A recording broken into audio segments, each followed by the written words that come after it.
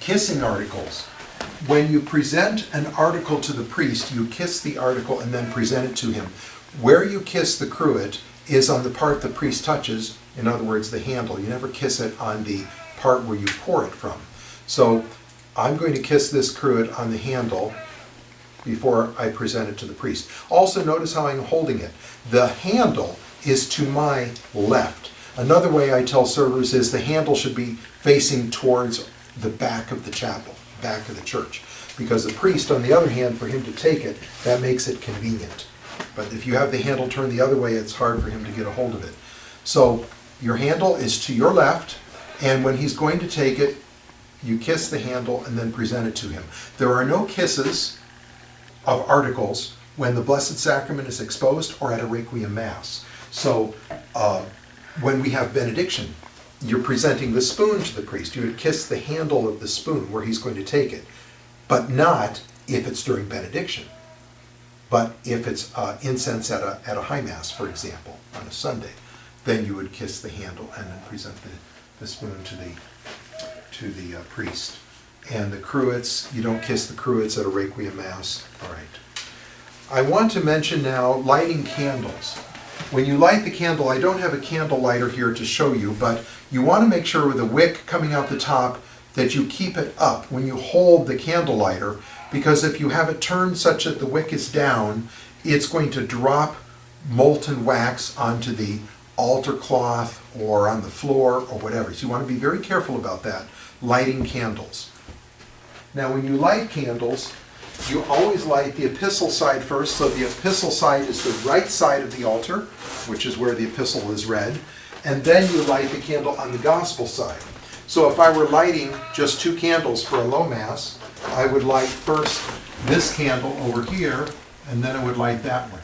And I don't like servers to be walking across right in front of the tabernacle to do that. So what you would do is you would go out, genuflect, go around the side, and go up to the top or one step down from the top, and with a candle lighter, you light the candle from the side, then come around, genuflect, go around to this side, light that candle, come around, genuflect, and go in.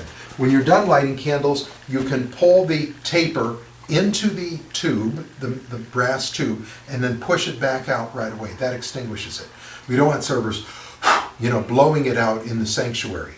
But also you don't pull it into the tube and leave it in the tube, because then inside the tube wax will dry and it will block the passage of the taper. Now, what if you have a rare, well, first of all, let me go into this. What if it's a high mass? You're going to light 3 candles on each side. You always start, again, on the right side, which we call the epistle side, closest to the tabernacle, that's number 1, and then you work your way out. So we got 1, 2, and 3. Then you come around, start closest to the tabernacle, that's 4, 5, and 6. So you light them in that order. When you extinguish, it's the exact reverse order. You will start on the gospel side and extinguish the farthest to the left and work your way to the tabernacle, go around, genuflect, and you finish on the epistle side, extinguishing from the outside in. Now, what if on a rare occasion you have so many candles to either light or extinguish, they're on 2 shelves, the upper shelf and the lower shelf. That happens on a rare case, but benediction of the Blessed Sacrament requires a minimum of 12 candles lit. Some candelabra are 7, so that when you light the candelabra you'd actually have 14, and that's okay.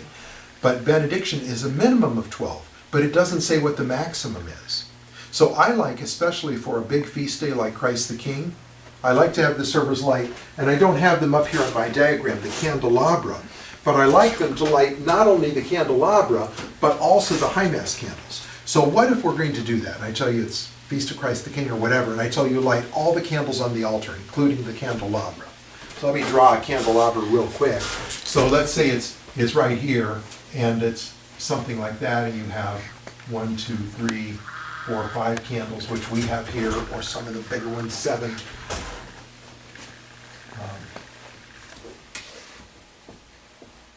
So you're going to light all the candles. In this case, you would start on the epistle side as normal, And the first thing you're going to do is light those on the top shelf. So you always start on the top and work your way down. Do the top shelf first and then the lower shelf. Close to the tabernacle first and then going out. So this would be 1, 2, 3. And then let's say you're going to light the low mass candle, that would be number 4. And say the 5, 6, 7, 8, 9, according to this diagram, is how many I have up there. But you would light closest to the tabernacle first and then working your way out, top shelf before the lower shelf. Then you're going to come around and of course start by the tabernacle and start by the top shelf. So you go here, here, here, and then go to the lower step and light there, there, there, there, and there, your candelabra. So now extinguishing them, the exact reverse. Start on the gospel side, extinguish from the lower shelf first, down here, then the upper shelf, then come around, genuflect, go around, extinguish from the outside in, lower shelf first, those on the first step, which I have the candelabra here, and the low mass candle, extinguish those from outside in, then come up to the high mass candles, outside going in. So then they're all extinguished. Lighting candles is very important that it be done in a dignified way, and as I mentioned, be careful of the candle lighter, that it's not dripping because it has too much of it. When you push out too much of the taper, and it's a big fire, and it's going to be dropping wax onto the altar cloth or on the floor. Also, when you extinguish candles, you lower the bell, the extinguisher part of the candle lighter, which is like a round bell. You're going to lower that over, say this is my wick, you're going to lower that over the wick, but don't go down too far. You just lower it and wait a few seconds until the fire on the wick has used up the oxygen in there, and then it will just go out. So all you're doing is you're depriving it of oxygen. You don't go down and push it down because you may push the wick down into the molten wax and it may dry there, making it very difficult to light the next time. So you just cover the flame on the candle with the bell and extinguishes, and then you go to the next one, etc., so that you don't bring it down too far to touch the wick. All right, let's talk about the communion paten now. When you're holding the communion paten for communion, let's say you're holding it for yourself, make sure that it is all the way under the chin. You also want to make sure that you never touch the top with your thumb or finger. So a server, sometimes younger servers might want to hold it with 2 hands. They could have 1 hand underneath. But normally, if you just have it with 1 hand, you're standing to the right of the priest. So the priest is here giving communion, you're to his right. And when you hold it before a communicant, do not hold it too low or too high. You don't want to hold it too high. You also don't want to hold it too low, because if a particle falls, there's a chance you may not catch that particle if it's too low. Sometimes people will be kneeling there and they have their fingers, their hands folded, and their fingers are up close to their mouth. And what I do is when I'm serving, I just take and I push their hand down with the bottom of the thing. Just push it down so you can get it under the chin. I don't want it held out here. It has to be under the chin.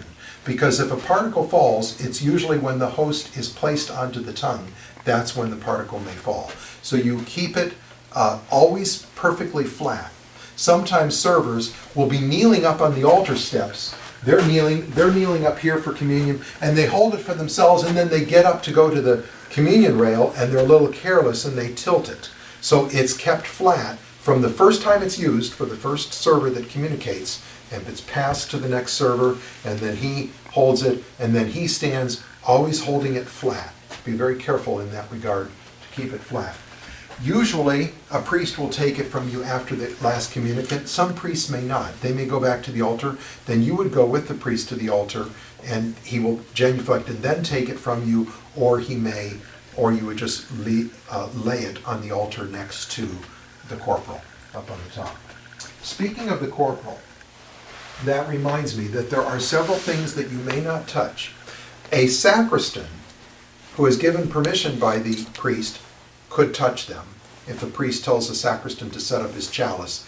But the things you may not touch are the chalice, the priest's paten, which is the small gold plate that he puts on the chalice for the host, and after they're used, the purificator, cloth over the chalice, the corporal, on which the host rests during Mass, and the pall, which is the square linen that's put on top of the chalice. So those you would not touch after they have been used. And I think most priests probably take care of those themselves, but if you're the sacristan, make sure you find out from the priest what you can touch, what you may not touch. Now, it is permissible to touch a monstrance or a ciborium when they do not contain the Blessed Sacrament.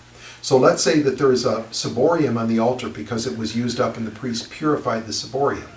You could bring that in, but again, follow the wishes of your priests. Some priests may tell you, use the cloth from the communion, from the cruet table, the lavabo towel or the finger cloth, so that the gold is not tarnished, because too many people touching it. And that gets back to what I was saying, washing your hands.